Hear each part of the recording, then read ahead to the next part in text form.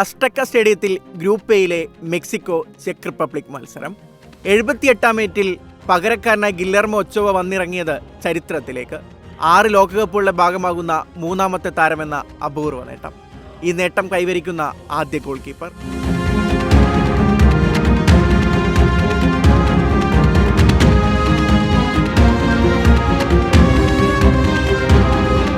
തങ്ങളുടെ ഗോൾ വല കാക്കുന്ന കാവൽ മാലാഖയായിരുന്നു മെക്സിക്കോക്കാർക്ക് ഒച്ചോവ. ക്രോസ് ബാറിന് കീഴിൽ അയാൾ അചഞ്ചലനായി നിൽക്കുമ്പോൾ വല്ലാത്തൊരു ആത്മവിശ്വാസം.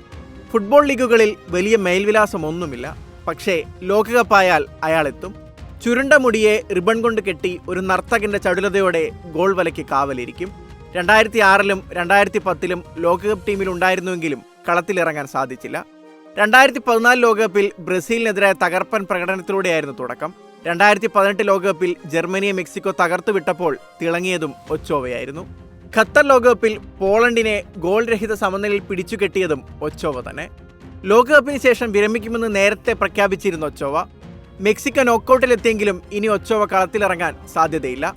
അതുകൊണ്ട് തന്നെ കരിയറിന് തുടക്കം കുറിച്ച അതേ അസ്റ്റക്ക സ്റ്റേഡിയത്തിൽ ഇത് അവസാന മത്സരം. അപൂർവ നേട്ടം സ്വന്തമാക്കി ഫുട്ബോൾ ചരിത്രത്തിലേക്ക് തൻ്റെ പേരെഴുതിയ ശേഷമാണ് പടിയിറക്കം. മെക്സിക്കോ എന്നും ഓർക്കും ഗില്ലർമോ ഒച്ചോവ എന്ന കാവൽ മാലാഖയെ. Welcome desk 24.